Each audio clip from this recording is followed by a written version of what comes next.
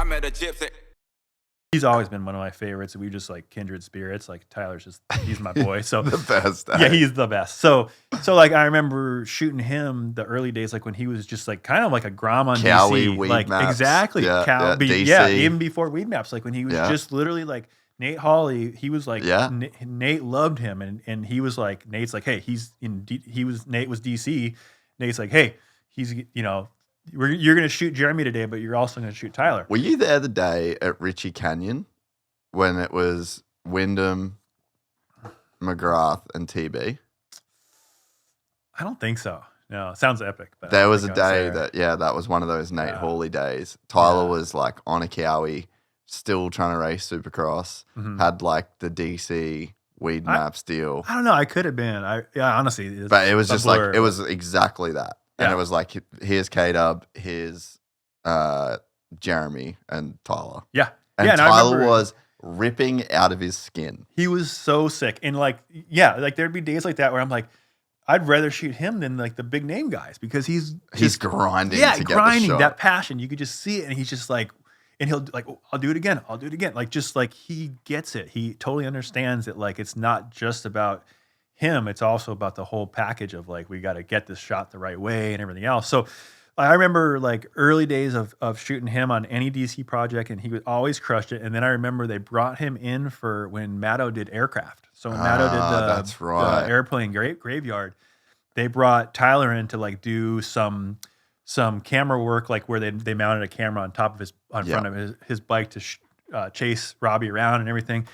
And like, same thing, like he just blew minds. Like he was just like doing stuff that was insane. And he was like, he showed everyone like, I'll go the next level. I can't remember, something happened where I think the camera broke or he crashed really bad or something, but he's just like, got back up. He's like, I'm going to do it again.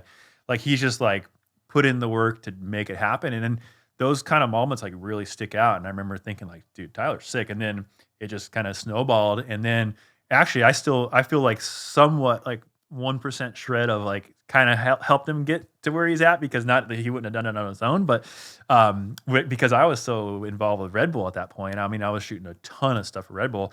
And so it just so happened they were having like this athlete meet and greet the day before the first day of X Games in Minnesota. And so they had like this little party thing on this rooftop. They rented out a rooftop. They'd have me come in and do portraits of all the athletes. So they'd be Scheckler and all the Red Bull guys would all be there. Everyone would be there. And at some point, like I remember asking Steve, I think it was pretty sure it was Steve. I was like, hey, like, Tyler. And I was like, he's like really wanting to push towards getting into this, this genre. Like, what do you think? Like having him, and he's like, dude, bring him to the meeting. So, or bring him to the shoot. So he went there, and like I think a few weeks later they ended up signing him. So it was like one of those things. Like by no means am I taking any credit for anything, but I'm just saying you could it was see just him cool. I could see these paths crossing perfectly, and like doing what they did. I'm like, he's the guy. He's the Red Bull guy. Like he's gonna do all this cool stuff, and he's gonna do content that other people aren't capable of. Between his style, his level of riding, and his work ethic. I'm like, he's gonna do stuff it's gonna blow people's minds. And lo and behold, sure enough. Yeah. So again, not like I'm saying I had too much to do with it, but I do feel. But you did. I feel happy. No, I feel happy about making those connections in life, because you see people who are like deserving and you're like, that thing. This guy could take this and run and do something incredible, and then just farm jam. Yeah, exactly. Like the first thing he ever does in a Red Bull helmet. Yeah, he just went right into just mind-blowing stuff, and the rest is history. I mean, he's crushing it. And so it's like, and also to see like what Tyler's gone through with like injuries and stuff like that. I mean, can't keep the guy down. He's just insane. Insane with Axel. I mean, it's like, dude, Axel, 3 broken femurs, and dude still will just the most insane riding. And it's like, I don't know how he's a freak. Yeah. Bro. How do you get back into that? Like, dude, when I shot with him yesterday or 3 days ago, whatever, on mountain bikes, rode a mountain bike he's never ridden before. He's ridden it like one time, but he was like fresh in the morning. He's got t-shirt, shorts, or he's got a Padres jersey on, shorts. I don't even think he had maybe a helmet, and that's it. Like no gear, nothing. Hits the biggest jump in the whole place and just lands right into this like perfect nose wheelie down the whole thing on a mountain bike with a tire that's like an inch across. And he just nailed it the first time. And I'm just like, how can you be like, I get it even on a dirt bike because he's done it so many times, but it's like he's not a mountain bike. I mean, he is like, he rips, but he's not like a paid mountain biker. And for him to know that weight balance, to be able to land from a big jump and have the confidence to land in a nose wheelie and know you can do that without, like on a BMX or a mountain bike, I would think you would just skid out and eat shit or whatever. Like it's a whole different beast than a motocross bike.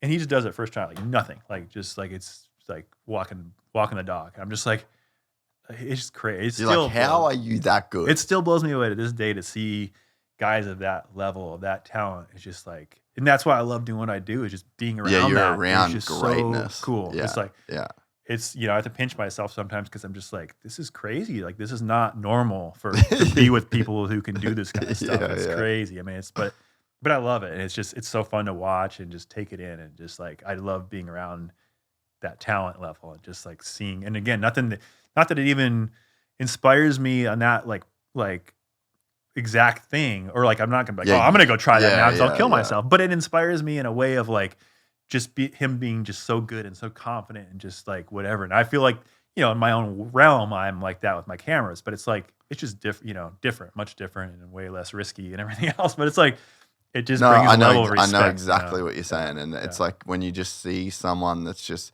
so good at what they do, and like he's had to put in so much time and effort to just be that effortless. Totally. And then to see MC, who's in his like 50s, just same, like just mind blowing. He's so good, just like hitting every jump that Axel's hitting, no problem. No way. All the style, just like it's crazy. It's like, I mean, he's insane. I can't imagine being, and he just had a hip and he doesn't need to. Yeah, he just had a hip replacement. Doesn't need to do any of this. Yeah, he's just so good and just so cool. And I just guys like that I just look up to so much, and just so many levels. Like not just their riding or just it's just everything. Their personality. They're like willing to like. They're not. There's no ego. Dude, that's no one's crazy cooler than thing. anyone. Yeah. Like Jeremy's like just as cool as he was 35 years ago when I met him. Before he had a factory ride, he's just as cool. Before he was the best Supercross racer of all time, the king. Yeah, it's like it's crazy, and it's like, I have to pinch myself when I'm around that kind of talent, and just even think like this is crazy. Like I think every time I'm around him, I always say in my head, "Fuck, he really is the king." Really, like, that's like the best way that it holds up. Yeah, it really like does. He really is the fucking king. He's so good. I mean, he's just, and again, just cool, such a nice person. Approachable. His wife's awesome. His kids are awesome. Great family guy. I mean, I just so much respect on so many levels. If you enjoyed this content, please like and subscribe. And to listen to the full 3-hour podcast, search Gypsy Tales in your favorite podcast platform or click the link in the description below.